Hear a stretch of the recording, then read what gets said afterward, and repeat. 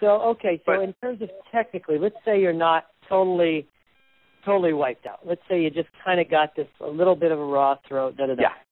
From your training and technique, what are the things? I know you can't just give it in a nutshell, and you have to sit with each student, and hear them at the time. You can't just do it over the phone like this, but that you could give an idea of how your technique can help them maybe get above the throat or place it different.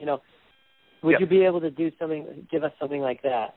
Yes, I can, and thank you for reorienting our question. If you got strep throat, I can do some pretty amazing things, but I can only do so much. But right. But I was prepared for a question about vocal health because I know that's kind of where you guys are coming from. And when I think about vocal health in the context of the work that I do, one of the first things that comes to mind at the top of the list, when you talk about vocal health and you want to have a voice that is responsive, a voice that doesn't get fatigued, and this goes for speaking as well as singing, okay?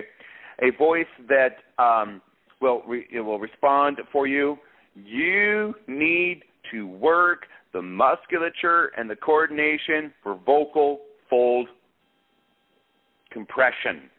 You need to work the aryepiglottic sphincter and his buddies, the other muscles, the small intrinsic musculature inside the body that work to strengthen and coordinate the ability to compress the vocal folds, bring the vocal folds together. And not only compressing them together in a strong way, but to be able to command and control the vocal folds, to be able to what I will explain to my students in some regard, in some cases, to be able to peel off, or we call it vocal fold glottal bleed, or respiratory glottal bleed of the vocal folds. When I say bleed, I certainly don't mean blood. I mean wind. Okay, I mean respiration. So the ability to bleed the glottis of respiration incrementally, 5, 10, 15, 20% as you move the voice, or what we call in TVS the phonation package, forward in time and up in and higher in frequency. A case in point. Oftentimes, singers, as they sing high notes, the glottis, the vocal folds, tend to squeeze harder and begin to create constriction and begin to make you sound like a choking duck. Okay? So one thing that we do in TVS is we work on respiratory glottal bleed. As you go higher in frequency, you learn to command and control your glottis, peel the glottis back 5, 10, 15%, and blow a little bit of wind through the glottis on a high note, for example, something like a C5, all right? And at the same time, increase the subglottal phonation threshold pressure. You're going to increase the respiration, blow more wind and velocity through that open space in your glottis on the high note, and what you get out of that is the constriction goes away and the sound of choking ducks goes away, and you get command and control your voice back on super high frequency notes. Now, that's an explanation of one technique you'll learn at TVS, but getting back to your question, that is also an example of what good glottal compression and workouts that are designed to build a command and control of the compression in your glottis will do for you. Now, what I just described was a technique of how to sing high notes, okay? Now, the training method for building good glottal compression in TVS, there are several, but one that comes to mind is in a set of 8 specialized onsets that TVS students and teachers learn about. There is one onset called the quack and release onset. The quack and release onset sounds like this.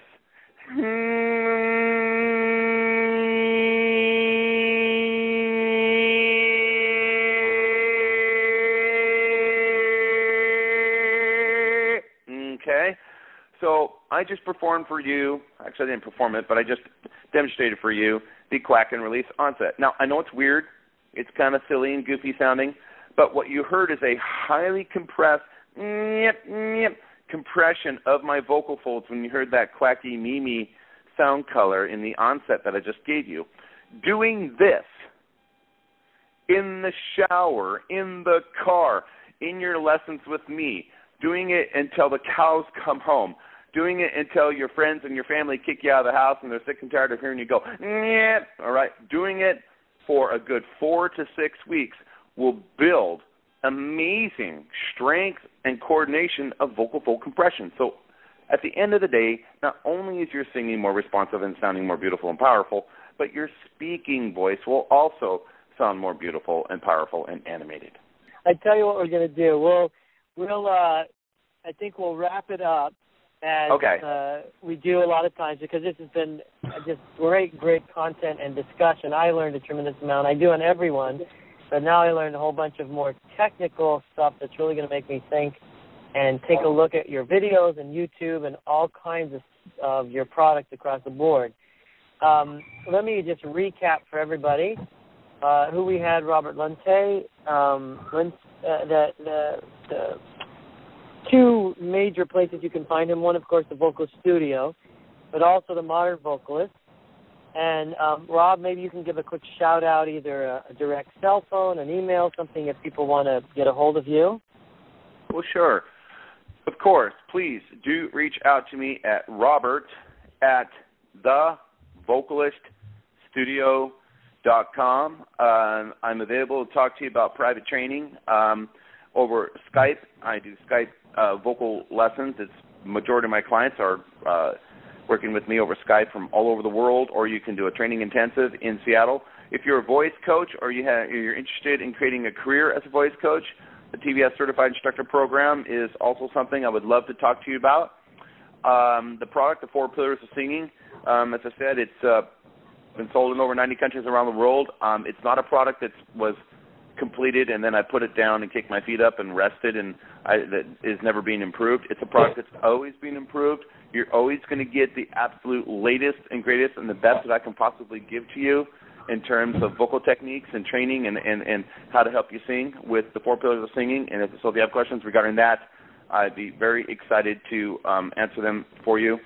I could go on, but I don't want to keep talking about myself. And but yeah, I'm here to help. But that's why you're here. We wanted to highlight your teaching and what you're doing out there and how you're helping artists and trying to make the world a better place vocally, and that's the goal. So I think that today we'll wrap it up, and I just want to thank you, Rob, again for coming on and giving us your time, and thank everybody else who called to listen. You can go and find other teleseminars at superiorvocalhealth.com. If you sign up an email, they're all free for the taking. There's plenty there. Just like this, in-depth talks about vocal health and technique and diet and what to do when and where and how. And that's about it. I, as always, just want to wish everybody, including you, Rob, your best on your quest for superior vocal health. Take care. Thank you. I'll be around. And David, thank you for this really fun opportunity to help singers and get my message out. And Benny, it was great meeting you today. I hope that you and I can work again together sometime. And thank God for people like David that help us put things together. Thank you. Good stuff. All right, Rob. Take care.